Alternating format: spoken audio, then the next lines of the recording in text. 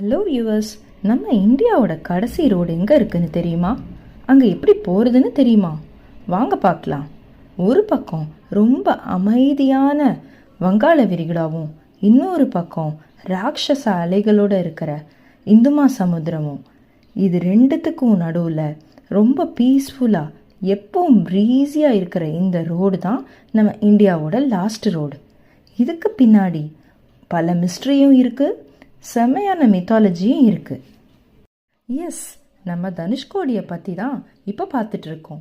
ராமேஸ்வரத்துலேருந்து ஒரு காரோ இல்லை ஆட்டோலேயோ ஒரு 30 to 40 minutes ட்ராவல் பண்ணால் நம்ம இங்கே ரீச் ஆகிடலாம். ஒரு காலத்தில் செம பிஸியான ஒரு பில்கிரிமேஜ் ஸ்பாட்டாக இருந்த இந்த தனுஷ்கோடியில் இப்போ நம்ம கண்ணு முன்னாடி ஒரு சில ஓல்ட் பில்டிங்ஸோட இடிபாடுகள் மட்டும்தான் இருக்குது. 1964 வந்த புயல் மொத்த டவுனையே கம்ப்ளீட்டாக டேமேஜ் பண்ணிடுச்சான். அதுக்கப்புறம் யாருமே வாழ முடியாத கோஸ்ட் வில்லேஜ்னு இந்த டிக்ளேர் பண்ணிட்டாங்களாம். இதிகாச புராண காலங்களில் நம்ம பார்த்தோன்னா சீதை ராவணன்கிட்டேருந்து மீட்க ராமர் வானர சேனையோட ஹெல்ப்போட இந்த அரிச்சல் முனையிலேருந்து தான் பாலம் கட்டினாராம். இப்போ இங்கே வரைக்கும் நல்ல ரோட் போட்டிருக்காங்க. இந்தியாவோட பார்டருங்கிறதுனால நம்ம கண்ட்ரியோட எம்ப்ளம் ஒன்று வச்சுருக்காங்க. இங்கேருந்து 18 கிலோமீட்டர் போட்டில் போகும்போது நம்ம ஸ்ரீலங்கா பார்டரை ரீச் பண்ணிடலாம்.